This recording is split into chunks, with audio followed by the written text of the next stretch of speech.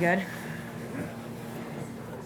Well, nice. Will Zalatoris, 3 under 67. Will 67 in these conditions at a U.S. Open must feel pretty good. Yeah, it was. That was brutal. When I made a mistake, I made sure that I was on the fat side of the green, or having room where I can maybe at least chip one up there to 8-10 feet. I think it took a lot of discipline today. I mean, we didn't aim at a single flag, even with some wedges, just because you really only have a foot or two to deal with on these greens in some situations. Normally guys out here, when they have wedges in their hand, they're firing at pins no matter what the situation was. But it's just a lot of patience and giving myself as many 15 to 25 footers as I could. And obviously a couple happened to go in today, and felt pretty good. Different conditions, different weather. How much did that impact it out there today? Yeah, I mean, there were some big changes. I think I had like 312 into 14 on Thursday, and I had like 258 front today. This place is a beast. I mean, when I played here in the AM in 2013, I said this was the hardest golf course that I'd ever played. It's just so easy to compound mistakes out here, which of course you can do that in major championships in general, but especially this one. So I think, the biggest thing for me tomorrow, obviously there's a ton of major champions on this leaderboard, and by no means is the job done by, not even close, but just keep doing what I'm doing. Make sure that I just get myself on the green as fast as I can, or at least minimize the mistakes. We're going to go over here to Don. Will, congrats on today. Given the conditions, a lot of people would have just been happy to maintain their position on the leaderboard, but you've made serious progress. Was that the plan, to go for it? I just kept doing what I was doing all day. I didn't have a plan of, firing pins or being aggressive. I knew I was going to play hard and just need to just stay patient. And, I knew if I make an early bogey or two, don't change the game plan. Don't try to get extra aggressive, because that's how you make a mess of it. And so, obviously pretty pleased to be moving up the board on moving day, but just kind of one of those days where the process added up to a good result. And you've contended in a bunch of majors now in a very short period of time. What's the most important thing you've learned so far that can push you over the line tomorrow? Yeah, I think it's, especially coming off the PGA, it gave me a lot of belief, a lot of confidence that I belong in this situation. There's a difference in thinking it and then actually being in the situation and believing it. And so I think that's probably the biggest change. I've put myself in this situation a few times in my career, and obviously got to go out and get it tomorrow. We're going to go to the right, starting with Brentley. You're obviously going to have a long wait until you tee off tomorrow. What are some of the approaches that you use to kind of calm your mind or kind of keep the thoughts from racing during that long wait? Yeah,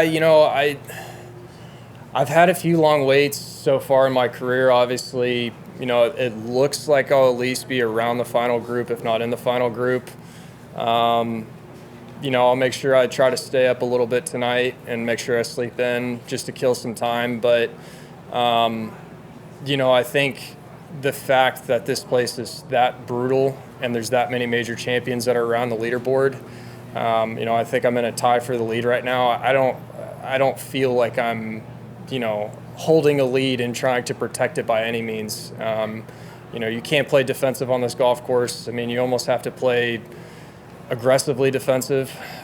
You've got to be hitting a lot of shots towards the middle of the greens, and there's still no cakewalks. I mean, 9, 8, 7 irons into this place, you can make a mess real fast. So I'll make sure that I try to sleep in a little bit and just kind of stick to the routine and go play some twilight golf. We'll go far right.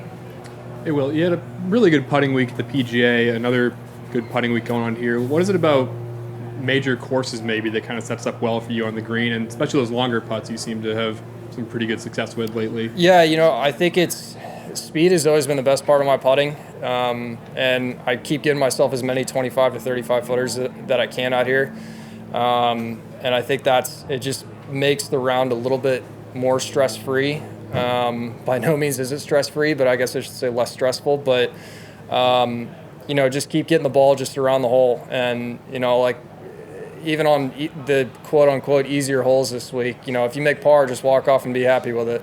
If you start pressing, that's where you're going to start compounding errors. And you can make one mistake and maybe get away with a par out here, but you can't make two. I mean, the PGA, you've been in contention to majors, but leading on Sunday, going into a playoff, is it really just the belief that you said that you got from that? Is there anything else you can take away from being in the top position on the Sunday? Yeah, I think if anything, it goes back to the week prior when I was at the Nelson, and I was pretty frustrated with where I was, and went back and looked at some video with Josh, and found something, and it clicked immediately. And I think if anything, on top of the belief that I belong in these situations, I think it's also the belief that when I'm off, I'm not that far off. A lot of golfers will attest that when we're playing poorly, we think we're playing worse, and when we think we're playing well, we think we're Tigers. So just make sure that, I think that was the biggest thing, is the fact I found something literally Wednesday night and it clicked immediately. Like I said, that really made me feel that, I can be one of the world-class players and one of the best in the world. We're going to go left, Andy, then Jaime. Yeah, what about this golf course makes it one of the hardest or the hardest golf course you've ever played? In 13, we played a different routing. 10 was 9, and 11 we did not play. And I just remember, actually, our 8th hole was our 14th or 12th, or I can't remember what hole it was, but we literally had from 10 through 15, it was a 480-yard plus hole all the way in. And there was one par 5 on this entire golf course. And so literally when people ask me what's the toughest golf course you ever played, I've said the Country Club since 2013. Now, granted, there's some different, Gil's made some changes, adding an 11, which is a phenomenal hole. I still haven't hit that green this week, and it's the, quote unquote, the easiest shot on the golf course. I think it's got a good mixed bag of short holes and longer holes, but the shorter holes, you just make one mistake at all and you're scrambling for par. And you have your fair share of 500-yard par fours that are pretty straight, but it's just, it shows you that the rough this week, I think in the 4 opens I've played, is the shortest that I've ever played, and it's still, I think I was 1 for 5 being able to go for the green, just because of the scenario that's in front of you. Like on 10, if you hit one in the rough, you're going to have 210 back up the hill, with rough, basically 50 yards of rough in front of you and some bunkers, and so you have to lay up. And so literally every single shot, you're trying to, obviously off the tee, it's just so crucial out here to just try to hit as many fairways as you can. Jaime. Well, I wonder what maybe your formative years playing at Cal Club in San Francisco might have prepared you for handling or liking these kind of conditions. Yeah, this is a pretty South San Francisco day for sure. I hitting 8 irons from 145 yards, when for me I hit them about 175. Just the heavy air, putting on Poana. That's how I learned the game, and that's how it really started for me. So. Kind of a fun little piece to that too is what Aaron Obelholzer was walking with our group today, and I've known Aaron since I was probably 3 or 4. If you ask me, I'm sure Golf Channel guys are going to eat this one up, but if you asked me when I was about 6 or 7 years old who I wanted to be, I would have said Tiger Woods or Aaron Obelholzer.